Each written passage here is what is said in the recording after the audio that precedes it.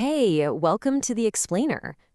Sometimes the coolest science is hiding in the most ordinary places. And today, we're going to crack open something you've probably got in your first aid kit, the instant hot and cold pack. I mean, think about it for a second. These things are wild. You give it a squeeze, a little shake, and boom, it's either crazy hot or freezing cold. There are no wires, no batteries. It seriously feels like some kind of magic. So what's really going on in there? I'm guessing if you've ever used one of these to soothe a sore muscle or cool down an injury, you've probably wondered, how on earth is this happening? Well, you came to the right place. All right, let's play detective. To figure out the secret behind the heat and the cold, our very first clue is in how you get these things started. It all comes down to that satisfying pop you feel when you squeeze the pack, right? You're not flipping a switch. What you're actually doing is breaking a tiny little bag of water that's floating inside a bigger bag filled with a kind of solid, salt-like powder. The real show begins the second those two things mix together. So that mixing, it's not just mixing. It's a chemical process called dissolving. And it turns out that the simple act of a solid dissolving in water can be powerful enough to generate some serious heat or some serious cold. It all depends on which of two very different reactions is happening.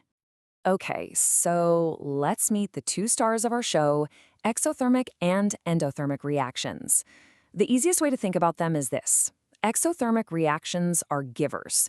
They give away heat, which makes everything around them feel hot. Endothermic reactions, on the other hand, are takers. They take in heat from their surroundings, making everything feel cold. So let's start with the givers. This exothermic process is the engine behind that instant hot pack. Basically, when the salt in that hot pack dissolves, the new chemical bonds it forms with the water are way more stable. And to get to that comfy, stable state, it has to release a bunch of extra energy. And that energy comes out as heat. A neat little trick to remember it, exo sounds like exit. The heat is exiting the reaction. And check this out. This is where it gets really cool. This data shows what happens when a salt called lithium chloride dissolves in water. Just look at those numbers. A tiny 2 grams raises the temperature by whopping 9 degrees Celsius.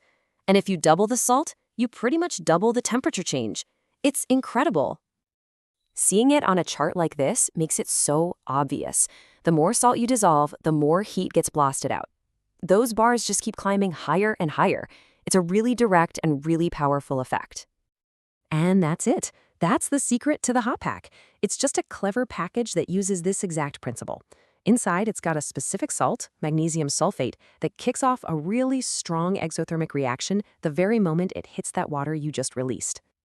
Okay, so we've got the hot pack figured out. Now, let's flip the script and look at its chilly cousin. It's time to talk about the takers, the endothermic process.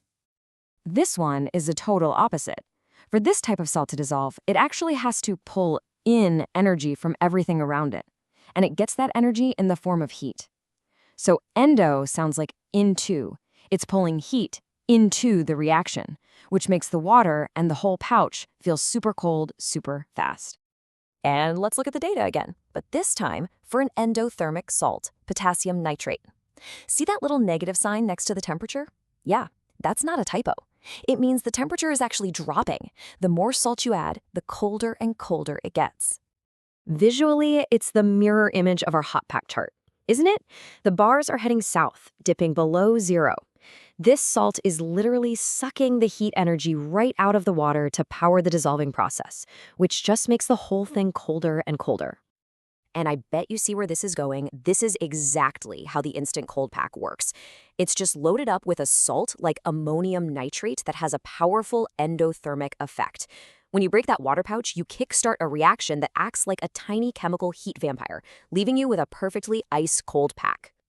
So, okay, this is more than just a neat chemistry trick, right? There's a really practical reason we have these things, and it's all about bringing this science straight into our first aid kits. And this slide just brings it all home.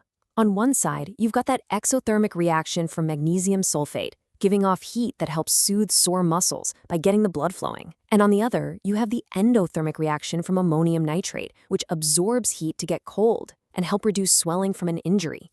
It's just brilliant chemistry, packaged perfectly for when we need it most.